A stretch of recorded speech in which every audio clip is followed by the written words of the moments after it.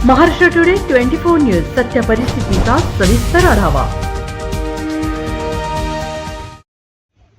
कोलकाता व बदलापूर येथील बलात्काऱ्यांना फाशीची शिक्षा द्या, दयावान सरकारची मागणी। कोलकाता येथील आर्जेकर येथे महिला डॉक्टरवर जो अत्याचार झाला आणि ही घटना ताजी असतानाच बदलापूर येथेही अत्याचाराची जी घटना घडली आहे, त्या घटनेचा आज दिनांक 22 ऑगस्ट रोजी दयावान सरकारच्या वतीने निषेध करून शहरातील खानापूर फाटा ते जिल्हाधिकारी कार्यालयापर्यंत मोर्चा काढून पथनाट्याद्वारे जनजागृती करण्यात आली।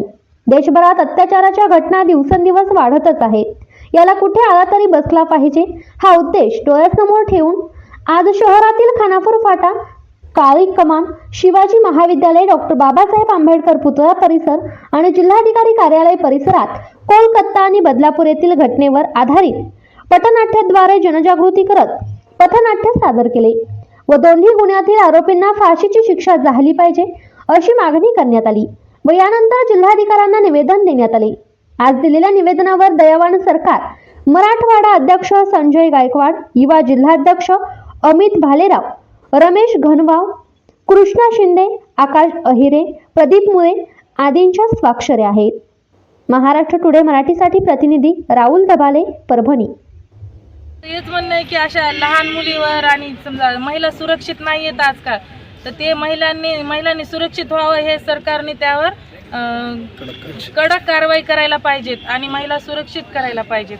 आणि त्या नराधमांनी जे केलेले कृत्य, त्या कृत्याला अनुसरून त्यांना भर चौकामध्ये फाशी द्यायला पाहिजेत, नाहीतर मग जनतेच्या हवाली करून टाका, आम्ही मग बघू त्यांचं काय करायचं नंतर। हे असं करून आम्ही एवढंच करू शकतो की समजा त्यांनी नंतर हे पुढे असं कृत्य करण्याची हिम्मत करू नये।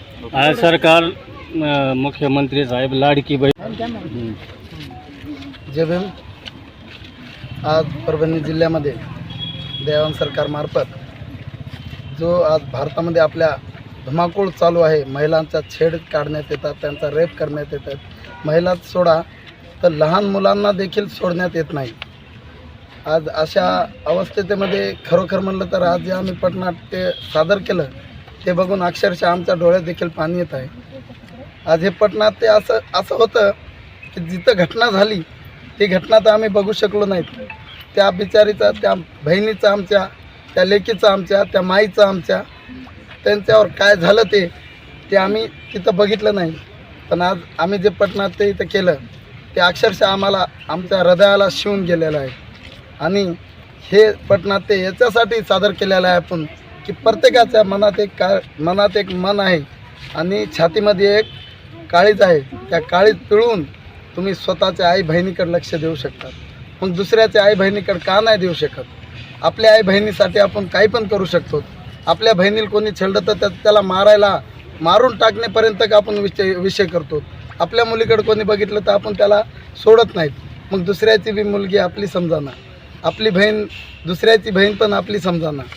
आज वैशीपणा इतका वाढून गेलेला आहे भारतामध्ये, आणि ह्या भारतामध्ये जेवढी बेरोजगारी वाढली त्या बेरोजगारीमुळे नवीन आणि तरुण पिढी ही व्यसनाकडे अधीन झाली। व्यसनामुळे हे असे प्रकार घडत आहेत। तर माझी प्रशासनाला एवढी विनंती आहे की याच्यानंतर आता जे रेप झालेले आहेत त्या आरोपींना तात्काळ फास्ट कोर्टामध्ये जाऊन त्यांचे गुन्हे सिद्ध झाल्या त्यांना रोडवर फाशी देण्यात यावे, ही आमची दयावान सरकारची सर्व टीमकडून मागणी आहे। आजच महाराष्ट्र टुडे 24 न्यूजला सबस्क्राईब करा आणि सत्य परिस्थितीचा सविस्तर आढावा पहा।